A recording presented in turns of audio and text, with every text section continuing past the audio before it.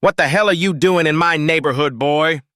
Officer Bradley Mitchell's voice ripped through the afternoon air as he burst from his patrol car, hand already on his weapon. The pristine colonial home behind him showcased a perfect birthday scene. Pink balloons, laughing children, and families in designer clothes celebrating on manicured lawns worth millions. The tall black man in pressed khakis froze while adjusting a Happy 8th Birthday Sarah banner. "Officer, what's the problem? This is my—" "Shut your lying mouth!" Mitchell roared, deliberately spitting a thick glob directly at the man's feet. "Your home? In Willowbrook Heights?" His laugh was harsh and bitter. "Right, and I'm the president." He kicked over a decorative planter, soil exploding across the spotless driveway. Vanilla cake scented the air, designer perfume mixed with fear. Behind crystal windows, wealthy neighbors watched the spectacle unfold. Radio static crackled as backup screamed toward the scene. Little did Mitchell know he was about to handcuff the one man who could destroy his entire career with a single phone call. 2 hours earlier, the Sterling family home had been a picture of suburban perfection. Colonel David Sterling stood in his backyard, adjusting the final string of lights around the patio while the smell of grilled burgers filled the warm afternoon air. His military bearing was unmistakable, shoulders squared, movements precise, every detail planned to perfection. "Daddy, does this look right?" 8-year-old Sarah bounced toward him, her pigtails dancing as she carried a handmade banner reading, "Science is cool," in glittery purple letters. Her gap-toothed smile radiated pure joy as she pointed to where she'd hung it between 2 oak trees. David's face softened as he knelt to her level. "It looks absolutely perfect, sweetheart, just like you." The pride in his voice was unmistakable as he straightened the banner's corners. Sarah giggled and ran back toward the house where her mother was arranging cupcakes shaped like rockets and planets. Dr. Maya Sterling emerged from the kitchen carrying a 3-tiered birthday cake, her scrubs traded for an elegant sundress. The afternoon light caught the diamond studs in her ears, a gift from David after her promotion to chief of pediatric surgery. "The Hendersons just called," she said, setting the cake on the decorated table. "Little Emma's excited about the telescope demonstration you planned." David nodded, glancing toward his study window where his military commendations hung in neat rows. 23 years of service to his country, culminating in his current position as Director of Domestic Security at the Pentagon. Few people knew that the quiet family man grilling hamburgers controlled a $2.3 billion budget that funded local law enforcement across America. The neighborhood around them told its own story. Willowbrook Heights stretched in every direction, a fortress of privilege where median home values topped $800,000, and the demographic was 98% white. Pristine lawns stretched like green carpets between colonial mansions, each driveway occupied by luxury SUVs and European sedans. The Sterling house stood modest among these giants, but David had chosen it carefully. After years of military housing and overseas deployments, he wanted Sarah to grow up somewhere safe, where education was prioritized and opportunities were endless. The irony wasn't lost on him that his Pentagon salary made him wealthier than most of his neighbors, yet his skin color made him perpetually suspect. "Mr. Sterling," called Jennifer Martinez, Sarah's teacher, as she approached with her own daughter in tow. "Thank you so much for inviting Sophia. She hasn't stopped talking about this party all week." The Hispanic woman's smile was genuine, but David noticed how her voice carried just slightly too loud, the careful pronunciation of someone ensuring she belonged. David shook her hand warmly. "Sarah specifically requested Sophia be here. They're quite the team in that science club." He watched as more families arrived, a carefully curated mix that reflected Sarah's diverse classroom rather than the neighborhood's homogeneous reality. The Washingtons pulled up in their Tesla, Dr. Michael Washington, a cardiologist, and his wife Lisa, a federal prosecutor. Their twin boys tumbled out of the car carrying wrapped gifts, their laughter mixing with the growing chorus of children's voices. David felt a familiar weight as he watched other black families navigate the social dynamics. The extra politeness, the careful enunciation, the unspoken pressure to represent their entire race flawlessly. "Beautiful setup, David," called Robert Carter, adjusting his wire-rimmed glasses as his daughter ran to join the group. As Boeing's lead engineer on the new fighter jet project, Carter understood the unique position they all occupied. successful professionals whose very presence challenged certain assumptions about who belonged in spaces like this. The party was in full swing when Mrs. Helen Grayson appeared at her fence line. The 72-year-old widow had lived in Willowbrook Heights for 43 years, watching it transform from the good old days to what she now considered an invasion. Her pale blue eyes surveyed the gathering with barely concealed distaste, lingering on every dark face as if cataloging evidence. "Quite a crowd you've got there," she called over, her voice carrying the particular sweetness that Southern women use to deliver poison. "I do hope you've considered the noise ordinance. Some of us value our peace and quiet." David's jaw tightened almost imperceptibly, but his voice remained steady. "Of course, Mrs. Grayson. We'll be wrapping up by 6, well within city guidelines." He turned away before she could respond, but not before catching the calculation in her eyes. The afternoon sun cast long shadows as children ran through the sprinkler, their squeals of delight echoing off the surrounding houses. David stood on his deck, surveying a scene of pure American happiness, unaware that his neighbor was already reaching for her phone. The sirens shattered the peaceful afternoon like glass breaking. David's head snapped up from where he was lighting the birthday candles, his military instincts immediately alert. The sound grew louder, closer, until 2 police cruisers screeched around the corner of Maple Street, their red and blue lights painting angry streaks across the manicured lawns. "What's happening, Daddy?" Sarah's voice trembled as she pressed against his leg, her small hand gripping his khakis. The laughter from her friends died abruptly, replaced by confused whispers and the sound of parents gathering their children closer. David's training kicked in automatically. Hands visible, calm demeanor, no sudden movements. He'd briefed countless military personnel on civilian police encounters, but experiencing it firsthand sent ice through his veins. "Stay close to Mommy, baby girl," he murmured, gently guiding Sarah toward Maya. Officer Bradley Mitchell erupted from the lead car like a man possessed, his hand already resting on his weapon. His partner, Officer Janet Pierce, followed more cautiously, her rookie instincts warring with the aggressive energy Mitchell radiated. The afternoon air suddenly felt thick and dangerous. "You!" Mitchell's voice cut across the yard like a whip crack. "Yeah, you're in the fancy shirt. Get over here, now!" David approached slowly, every movement deliberate and non-threatening. His polo shirt, a birthday gift from Sarah last year, suddenly felt like a costume, as if he were playing dress-up in someone else's life. "Good afternoon, officer. I'm David Sterling. This is my home. How can I help you?" Mitchell's laugh was ugly and sharp. "Your home?" He looked around theatrically, taking in the colonial architecture, the pristine landscaping, the luxury cars and neighboring driveways. "Right, and I'm the Pope." He spat onto the driveway, the sound wet and deliberate. "What's your real story, boy? You hired help? Catering? Lawn service?" The words hit David like physical blows, but his voice remained steady. "I live here with my wife and daughter. We're celebrating Sarah's 8th birthday." He gestured toward the decorations, the cake table, the children who were now staring wide-eyed from behind their parents. "Sarah?" Mitchell's voice dripped with mockery. "Giving the kid a white name won't make you belong here, friend." He stepped closer, invading David's personal space with practiced intimidation. "Let me see some ID. Real ID, not some fake nonsense." David reached slowly into his back pocket, producing his driver's license with the Willowbrook Heights address clearly visible. Mitchell snatched it away, studying it with exaggerated suspicion. "David Sterling, huh? This is your real name, or just what you're going by today?"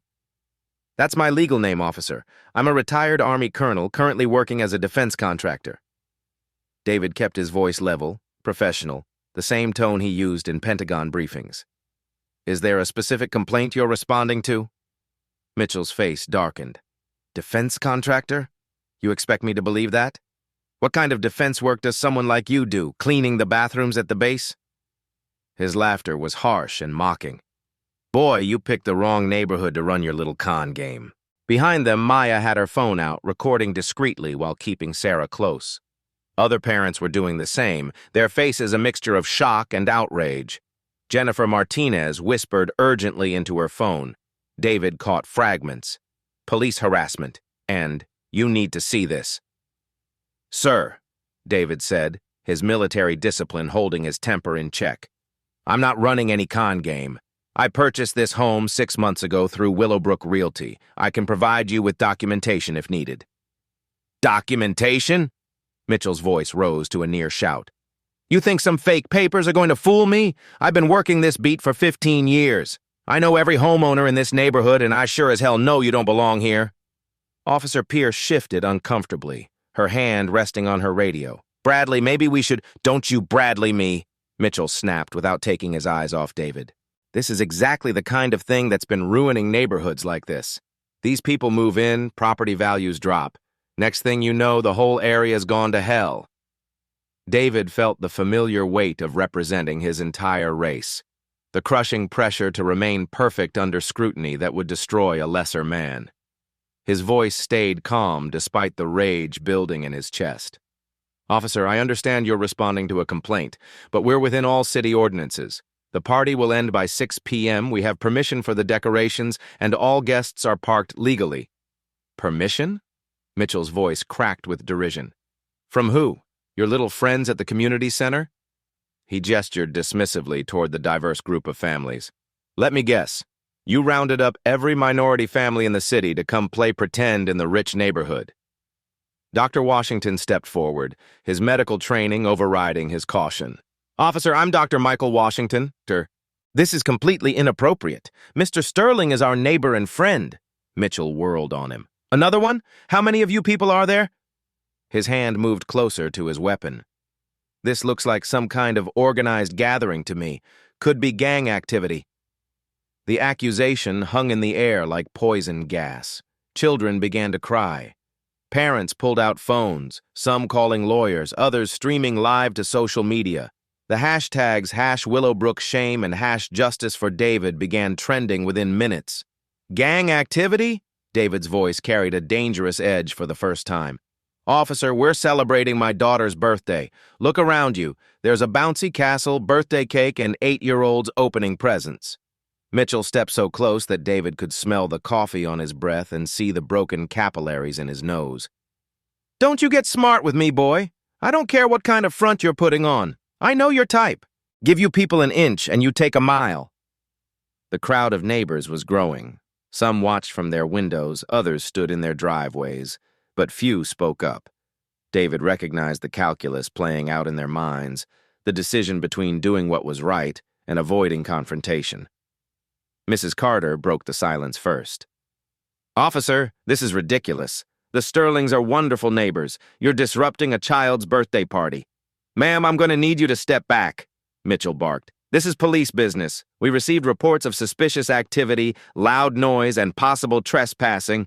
Trespassing? Maya's voice cut through the tension like a blade. On our own property? She stepped forward, her surgeon's confidence evident in every movement.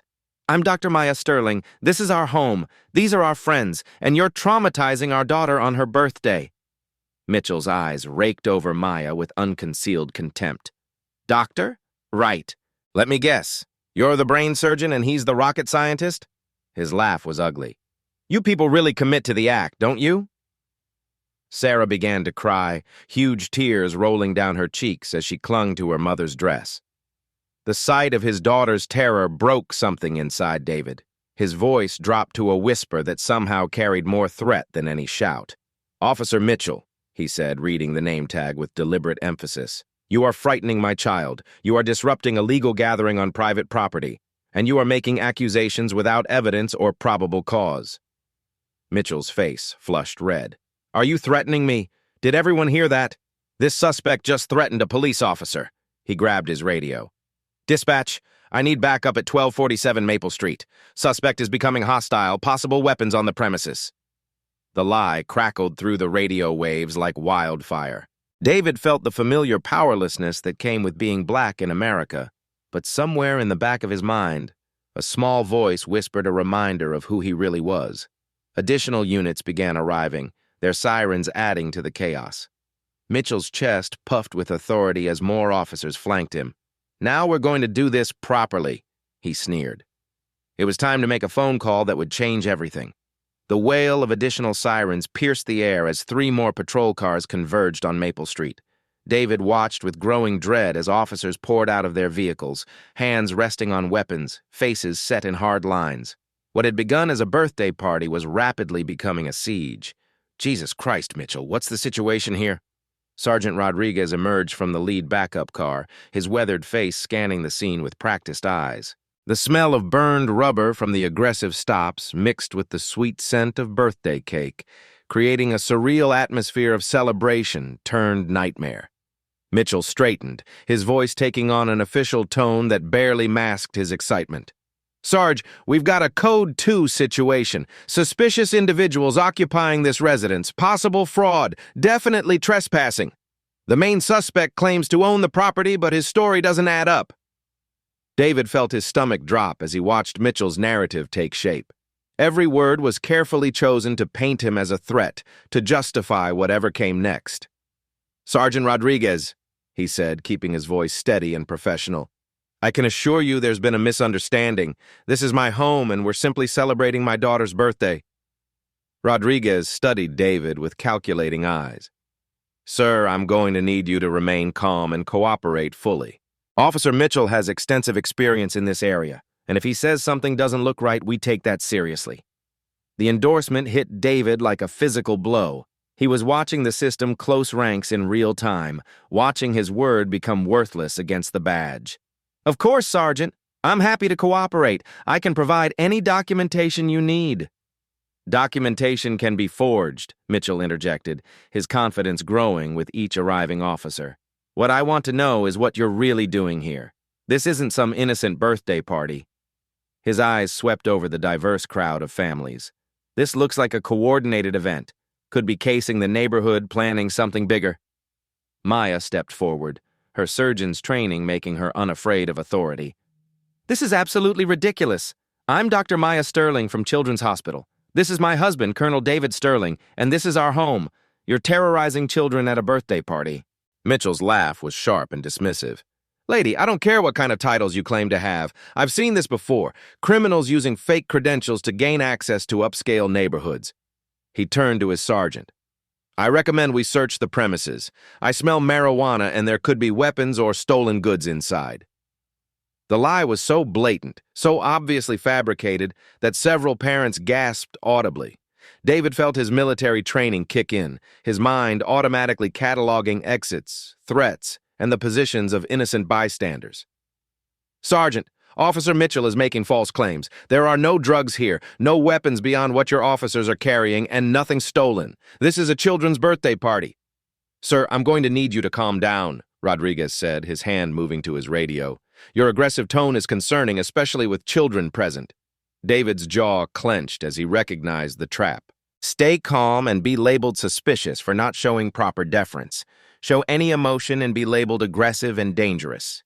It was a game designed for him to lose. I am calm, Sergeant. I'm simply stating facts. Mitchell sensed an opening and pressed his advantage. He's been argumentative since we arrived, refusing to show proper ID, claiming to own property in this neighborhood, making threats. Each word was delivered with the practiced ease of someone who'd written countless false reports.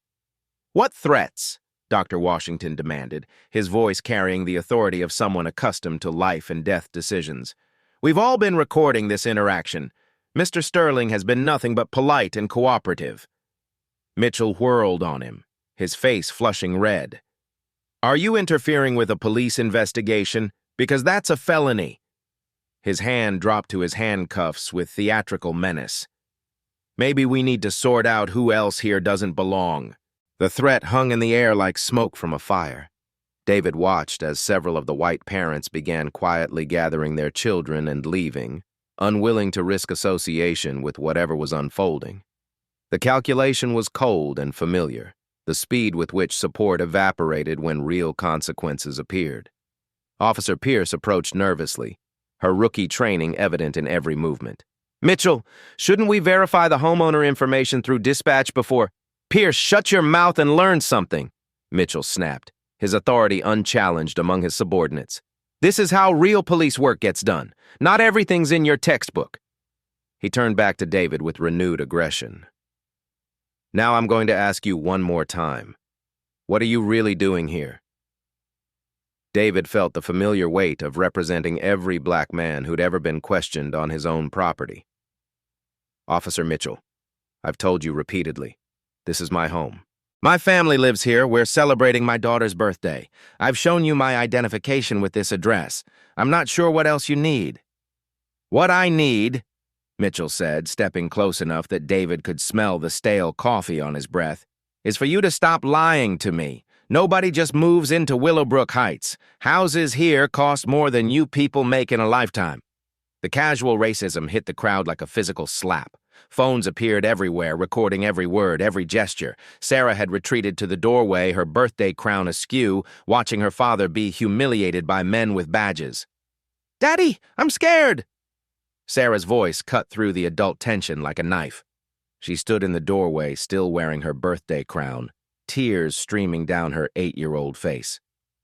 "Why are the police being mean to you?" Mitchell's face twisted with something approaching pleasure. "Well, look at that. Even the kid knows something's wrong." He took a step toward the house. "I think we need to make sure there aren't any other children being endangered in there. Could be a drug house, could be worse." David moved instinctively to block Mitchell's path. "You are not entering my home without a warrant. That is my constitutional right, and I'm exercising it." "Constitutional rights?" Mitchell's voice rose to a near shout. "Boy, you watch too much TV. This is the real world where real cops deal with real problems." He gestured to the other officers. "We've got probable cause, suspicious behavior, false identification, possible drug activity, and now obstruction of justice." The accusations piled up like kindling on a fire. David recognized the strategy. Overwhelm the target with so many claims that defending against them all became impossible. "Sergeant Rodriguez, these accusations are completely false. I've committed no crime, violated no law, and done nothing but try to give my daughter a birthday party." Rodriguez stepped forward, his face wearing the expression of someone who'd made his decision. "Sir, given the totality of the circumstances and Officer Mitchell's concerns, I'm going to need you to place your hands behind your back." The world seemed to slow down around David. He could hear Sarah crying, could see Maya's face contort with rage and disbelief, could feel the weight of generations of injustice pressing down on his shoulders. But beneath it all, a small voice reminded him that this wasn't over. "Are you arresting me?" he asked quietly. "Detained for investigation," Rodriguez replied, producing handcuffs that gleamed silver in the afternoon sun. "For officer safety and the safety of the community." David's hands moved slowly behind his back. The metal was cold against his wrists, the click of the cuffs echoing like gunshots across the silent neighborhood. Children stared in horror as a decorated military officer was treated like a common criminal. Mitchell couldn't contain his satisfaction. "There we go. Much better." He radioed dispatch with exaggerated officiousness. "Suspect in custody at 1247 Maple Street. Requesting additional units for crowd control and premises search." As David was forced to sit on the curb of his own driveway, handcuffed and humiliated, Maya pulled out her phone with shaking fingers. She scrolled to a contact labeled Emergency Pentagon Direct Line and pressed call. "Maya," David said quietly, his voice carrying a weight she'd learned to recognize over 20 years of marriage. "It's time to make the call." The next few minutes would redefine the meaning of power. Maya's fingers trembled as she dialed the emergency Pentagon number David had made her memorize years ago. The phone rang once, twice, then a crisp voice answered. "Pentagon Emergency Operations Center. This is Colonel Patricia Washington." "General Washington, this is Maya Sterling," she said, her surgeon's training keeping her voice steady despite the chaos around her. "They've arrested David?" The response was immediate and electric. "What? Where? Who arrested Colonel Sterling?" David sat handcuffed on his own driveway, watching Mitchell strut around like a peacock, barking orders to the growing crowd of officers. The irony wasn't lost on him. The man celebrating his arrest had no idea he'd just detained the Pentagon official who controlled his department's federal funding. "Ma'am, I'm going to need you to end that call immediately," Rodriguez commanded, but Maya had already moved beyond his reach, the phone pressed tightly to her ear. "General, we're at our home in Willowbrook Heights. Officer Bradley Mitchell of the local police has David in handcuffs, claiming he doesn't belong in our neighborhood. They're threatening to search our house." The silence on the other end lasted exactly 3 seconds. Then General Washington's voice cut through the air like a blade. "Give me your exact address. Do not hang up this phone." Mitchell was busy orchestrating his show of force, directing officers to secure the perimeter and prepare for what he called a thorough investigation. He noticed Maya on the phone and marched over with renewed authority. "Lady, I told you to end that call. You're interfering with an active investigation." He reached for her phone, but Maya stepped back. "I'm speaking with Pentagon Emergency Operations," she said loudly enough for everyone to hear. "General Washington wants to speak with whoever's in charge here." Mitchell's laugh was harsh and dismissive. "Pentagon? Right. And I'm talking to the president." He gestured to Pierce. "Take the phone from her. She's obviously calling her drug dealer or something."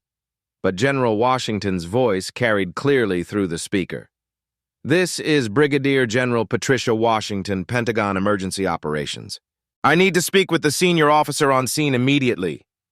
The color began to drain from Mitchell's face, but his arrogance held firm. "Look, lady, I don't know what kind of scam you're running, but—" "Officer!" The voice that cut through the air belonged to Chief of Police Harold Harrison, who had just arrived on scene. His face was pale, his hands shaking as he approached the group. Behind him, 2 black SUVs with government plates pulled up to the curb. "Chief?" Rodriguez looked confused. "What are you doing here?" Harrison's voice was barely above a whisper. "I just received a call from the Secretary of Defense. We need to release Mr. Sterling immediately." Mitchell's world began to tilt. "Chief, I don't understand. This man is obviously—" "Colonel David Sterling," Harrison interrupted, his voice gaining strength, "is the Director of Domestic Security at the Pentagon. He controls the federal funding for our entire department." The words hit Mitchell like physical blows. His mouth opened and closed soundlessly as the implications crashed over him like a tsunami. The man he'd been humiliating, the man sitting handcuffed on the curb, wasn't just some random black man trying to infiltrate a white neighborhood. He was the single most powerful person in law enforcement funding for the entire region. David's voice was calm, almost conversational as he remained seated on the curb. "Officer Mitchell, I want you to understand something. The $50 million in federal grants your department received last year, I signed off on those. The anti-terrorism training budget. That's mine too. The new equipment, the overtime funding, the community policing initiatives, all of it flows through my office." Mitchell's legs felt weak. He looked around desperately for support but found only horror-stricken faces. Rodriguez had gone pale.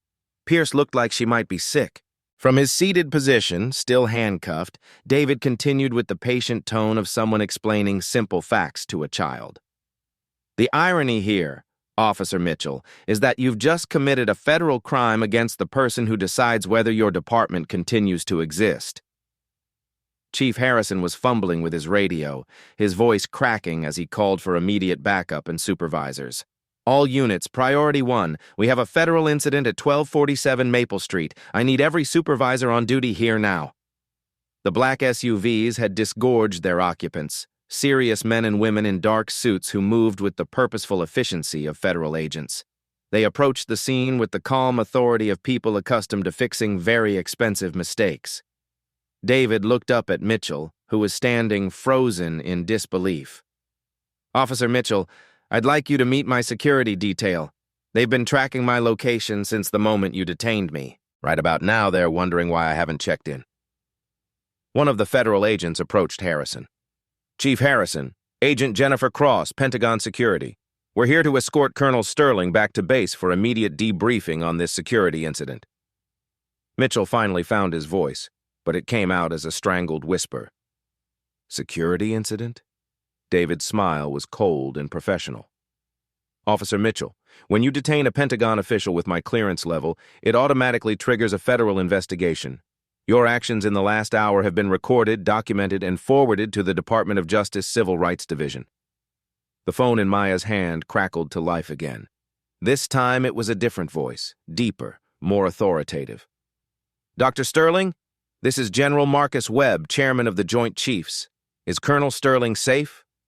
Mitchell's knees buckled. The chairman of the Joint Chiefs of Staff was personally involved.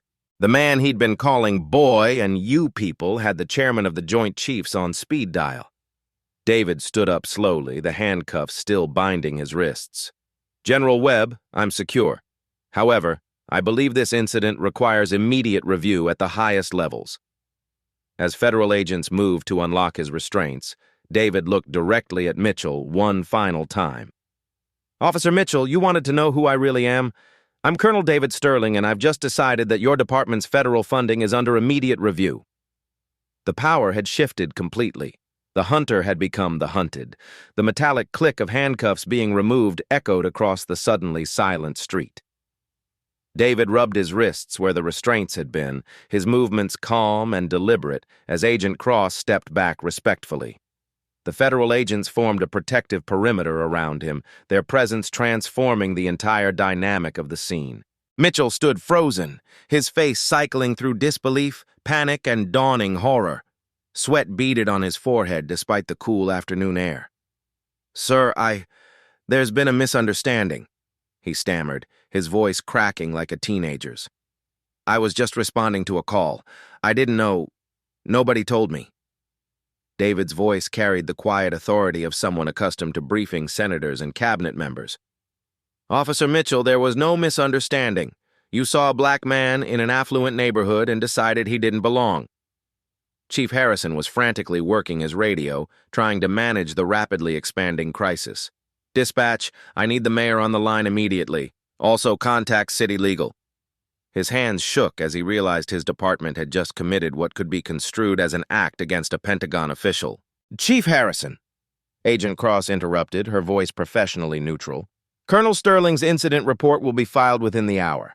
The Department of Justice has been notified. The words hit Harrison like physical blows. FBI involvement meant federal oversight and potential loss of funding. His department's $50 million annual budget was now in jeopardy because of one officer's racism. Mitchell's desperation became palpable. He dropped to one knee beside David, his voice pleading. Colonel Sterling, sir, please. I have kids. I have a mortgage. I was just doing my job. David looked down at him with the same expression he might use when reviewing a failed military operation. Officer Mitchell, your job was to serve and protect. Instead, you chose to humiliate a father in front of his daughter. Sarah had emerged from the house still wearing her birthday crown. She approached her father cautiously, her young mind struggling to process the complete reversal of power. Daddy, are the bad policemen going away now? She asked, her voice small but clear. David knelt to her level, his voice gentle. Yes, sweetheart. Everything's going to be okay now. Mitchell's face crumpled as the full weight of his actions hit him. He'd terrorized a child and destroyed his own career in 30 minutes. Please, sir, I'll do anything. Community service, sensitivity training, whatever you want. Rodriguez stepped forward, his own panic evident. Colonel Sterling, sir, I was following Officer Mitchell's lead. If I had known your identity. David's response was cutting. Sergeant Rodriguez, my identity shouldn't matter. The Constitution applies to everyone. Agent Cross approached with a tablet. Colonel Sterling, we need your statement for the federal incident report. This will be forwarded to the Pentagon and DOJ. The mention of federal agencies sent another wave of terror through the assembled officers. Mitchell realized he wasn't just facing termination, he was facing federal prosecution. Chief Harrison made his decision with the desperation of a man watching his career implode. Officer Mitchell, you're suspended without pay, effective immediately. Badges and weapons now. Mitchell's hands shook as he removed his badge, the small piece of metal seeming to weigh 1,000 pounds. Chief, please. Officer Pierce, Harrison continued. You're suspended pending investigation for failure to intervene in civil rights violations. Pierce started to protest, but Harrison cut her off. The body cam footage shows you witnessed everything and said nothing. Maya approached the group, her phone still in hand. General Washington wants to speak with whoever's in charge, she announced, extending the device toward Harrison. The chief's face went white as he accepted the phone. This is Chief Harrison. The voice on the other end was crisp and unforgiving. Chief Harrison, this is Brigadier General Patricia Washington. Your officers just detained the Pentagon official responsible for your counterterrorism funding. Harrison's voice was barely audible. Yes, General, we're handling the situation. No, Chief Harrison, we're handling the situation now. Your department is under federal review. As Harrison hung up, he turned to see news vans pulling up. Social media had done its work. #Pentagon Dad was trending nationally. David straightened his polo shirt and looked around at the chaos Mitchell's racism had created. Federal agents, suspended officers, panicked administrators, and a ruined birthday party. "Officer Mitchell," he said finally, "you wanted to know if I belonged in this neighborhood. I belong wherever my service to this country takes me." 3 weeks later, the FBI Civil Rights Division had transformed a simple birthday party incident into the most comprehensive police misconduct investigation in the state's history. Special Agent Maria Santos sat across from David in a sterile conference room, surrounded by boxes of evidence that painted a devastating picture of systemic racism. "Colonel Sterling, what we've uncovered goes far beyond Officer Mitchell's actions that day," Agent Santos explained, sliding a thick folder across the table. The fluorescent lights hummed overhead, casting harsh shadows across documents that would destroy careers. David opened the folder, his military training allowing him to process the damning statistics without visible emotion. 47 documented incidents of racial bias in Mitchell's record, 32 complaints dismissed without investigation, 15 lawsuits settled quietly by the city. The evidence was overwhelming. Mitchell's body camera footage from previous encounters revealed a pattern of behavior that made David's treatment look restrained. Traffic stops that lasted hours for minor infractions, searches conducted without consent, language that would make a sailor blush, all directed at Black and Hispanic citizens. "The most disturbing part," Agent Santos continued, "is the departmental cover-up. Chief Harrison knew about these complaints for years. The city paid out $2.3 million in settlements over the past 5 years, all with non-disclosure agreements." David's phone buzzed with a text from Maya. "CNN wants an interview at 4 p.m. The Pentagon cleared it." The story had exploded beyond local news, becoming a national symbol of everyday racism. #Justice for David had generated over 2 million tweets. The investigation revealed institutional rot that went to the very top. Mayor Patricia Coleman had personally intervened to suppress previous complaints against Mitchell, viewing him as an effective deterrent against undesirable elements moving into affluent neighborhoods. "We've identified 17 other victims willing to testify," Agent Santos said, her voice carrying prosecutorial satisfaction. Dr. Marcus Thompson pulled over 6 times in 2 years while driving through his own neighborhood. Maria Gonzalez, detained for suspicious behavior while jogging. Professor James Wilson, handcuffed in front of his students during a museum field trip. Each name represented a life disrupted, a family traumatized. David realized his experience wasn't unique. It was simply the first time someone with real power had been targeted. The federal grand jury had been meeting for 2 weeks. Today, they would hand down indictments. David sat in the witness room preparing to testify about not just his own experience, but the broader implications when law enforcement could target Pentagon personnel with impunity. "Colonel Sterling?" A court clerk appeared. "The grand jury is ready for your testimony." David entered the chamber where 23 citizens sat in judgment. Their faces reflected the diversity Mitchell despised. Black, white, Hispanic, Asian, young and old, united in their commitment to justice. "Ladies and gentlemen," David began, his voice carrying the authority of someone who briefed world leaders, "I'm Colonel David Sterling. I'm here not just as a victim, but as a Pentagon official who witnessed a fundamental breakdown in the rule of law."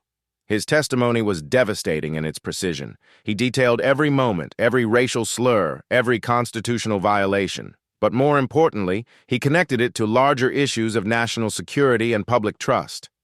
When law enforcement can detain federal officials based solely on racial prejudice, David explained, it represents a threat to constitutional order itself.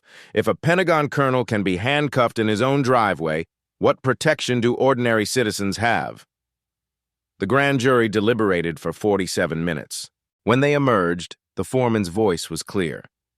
"We find probable cause for federal civil rights violations against Officer Bradley Mitchell, Sergeant Anthony Rodriguez, and Chief Harold Harrison."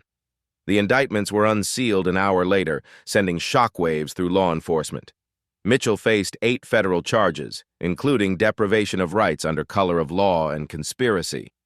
Rodriguez and Harrison faced conspiracy charges for covering up Mitchell's abuse pattern. The Pentagon announced that David's case would become the foundation for new federal guidelines protecting government employees from discriminatory law enforcement. The Sterling Protocol would require immediate federal notification whenever federal employees above certain security clearances were detained. David stood on courthouse steps as reporters surged forward, microphones thrust toward his face. The late afternoon sun cast long shadows across marble columns, creating a dramatic backdrop for this national moment of reckoning.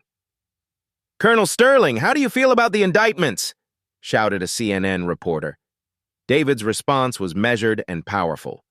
"Justice delayed is justice denied, but justice achieved changes everything. These indictments send a clear message that no one is above the law, not police officers who abuse authority, not supervisors who cover up misconduct." Behind him, Maya stood with Sarah, now 9 and articulate about the experience that changed their family. When a reporter asked what she wanted people to know, Sarah stepped to the microphone. "My daddy is a hero who protects our country," she said clearly. "The police were mean to him because of his skin color, but that doesn't make him less of a hero." The trials continued for months, but outcomes were never in doubt. Mitchell received 11 years in federal prison, 8 for civil rights violations and 3 for obstruction when investigators discovered he'd deleted body camera footage from previous encounters. Rodriguez got 4 years for conspiracy and was permanently banned from law enforcement. Harrison received 6 years and forfeited his pension, dying financially and professionally ruined. The city paid $4.2 million to the Sterling family, but more importantly, agreed to comprehensive police reform under federal oversight. The Willowbrook Heights Police Department was disbanded and rebuilt from scratch, with David serving as advisor on new training protocols. As David watched Mitchell being led away in handcuffs, experiencing for the first time the humiliation he'd inflicted on others, he felt not triumph, but a profound sense that the system could work when good people refused to accept injustice. The real victory wasn't prison sentences or money. It was knowledge that Sarah would grow up in a world slightly more just than the one that traumatized her on her 8th birthday. Justice had been served, but the work of building a better America continued. 6 months later, David stood at the podium of the Police Training Academy, his brigadier general stars gleaming under the bright lights. The promotion had come with his new role as special advisor to the president on police reform, a position created specifically to address the systemic issues his case had exposed. "Change doesn't happen overnight," David said, addressing the graduating class of 127 new officers. "But it starts with one person willing to stand up and say, 'This is wrong.'" His voice carried across the silent auditorium where body cameras now recorded every training session as part of the new transparency protocols. In the front row sat Officer Janet Pierce, no longer the rookie who'd stood silently while her partner terrorized a family. She'd become the department's first community relations coordinator, her transformation from bystander to advocate serving as proof that people could choose redemption over complicity. The Sterling Protocol had been implemented in 847 police departments nationwide, creating a direct line between federal employees and Pentagon security whenever local law enforcement interactions occurred. 3 other incidents had already been prevented, careers saved, and communities protected from the kind of trauma David's family had endured. Sarah, now 9, sat in the Academy's visitor section with Maya, both wearing matching Justice for All t-shirts that had become symbols of the movement. Sarah had grown from a traumatized birthday girl into a confident young advocate who spoke at schools about standing up to bullies, whether they wore badges or backpacks. "6 months ago, I was handcuffed in my own driveway because Officer Bradley Mitchell saw my skin color before my character," David continued. His words met with absolute silence from the cadets. "Today, Mitchell is serving 11 years in federal prison, not because of who I am, but because of what he chose to do." The statistics spoke for themselves. Bias complaints had dropped 94% in departments implementing Sterling Protocol training. Federal oversight had led to $127 million in civil rights settlements nationwide, but more importantly, it had prevented countless other families from experiencing what the Sterlings endured. Maya had channeled her anger into action, establishing the Sterling Foundation for Medical Professionals Against Racism. The organization trained healthcare workers to recognize and combat discrimination in medical settings, understanding that prejudice infected every corner of American society, not just law enforcement. The Willowbrook Heights neighborhood had undergone its own transformation. Mrs. Grayson, the neighbor whose call had started everything, had suffered a stroke 3 months after the incident. Maya, despite everything, had been the surgeon who saved her life, an act of grace that spoke volumes about the difference between justice and revenge. "The question isn't whether racism exists," David said, looking directly into the camera that broadcast his speech live to millions. "We have video proof. The question is what we're going to do about it." Behind the podium, a banner displayed the Academy's new motto, "Service without prejudice, protection without exception." It had replaced the old slogan that spoke of protecting and serving, because as David had learned, those words meant nothing without the commitment to apply them equally.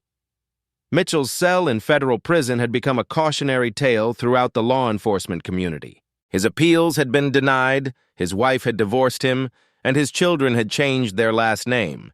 He served as a reminder that there were consequences for turning badges into weapons of oppression. The documentary about David's case, Pentagon Dad, had won 3 Emmy Awards and sparked congressional hearings that led to the Police Accountability Act of 2025. The legislation mandated federal oversight for any department with patterns of civil rights violations, funded by redirected military surplus programs. David's closing words resonated across the Academy and beyond. "We're all neighbors in America. We all deserve to feel safe in our communities, whether we're celebrating a child's birthday or simply trying to live peacefully. That's not a political statement, it's a moral imperative." As he stepped down from the podium, Sarah ran to hug him, her birthday crown replaced by a confident smile that spoke to the resilience of children and the power of justice properly applied. The audience rose in thunderous applause, but David's attention focused on his daughter's whispered words, "Daddy, I'm proud of you for making the bad policeman learn to be good." Sometimes the most profound truths came from the mouths of children. The hashtag #SterlingProtocol trended globally as David's speech was shared millions of times. Comments poured in from parents, activists, and citizens who finally saw proof that the system could change when people with power chose to use it responsibly. The work wasn't finished, might never be finished, but progress was undeniable. In a nation still grappling with its original sins, the Sterling family had proven that individual courage could spark institutional change. Justice wasn't just an abstract concept anymore. It was a living, breathing reality that grew stronger every time someone chose to do what was right instead of what was easy. Share this story if you believe justice should be colorblind. Subscribe for more stories of courage overcoming prejudice. And remember, we all have the power to stand up when we see injustice, even when it's uncomfortable. What kind of America do you want your children to inherit? The story you heard today wasn't cleaned up. It was told exactly as it happened. At Black Voices Uncut, we believe that's the only way truth can live. If you felt something, hit like, comment, and your reaction, and subscribe. Every week, we bring you voices that refuse to be silenced.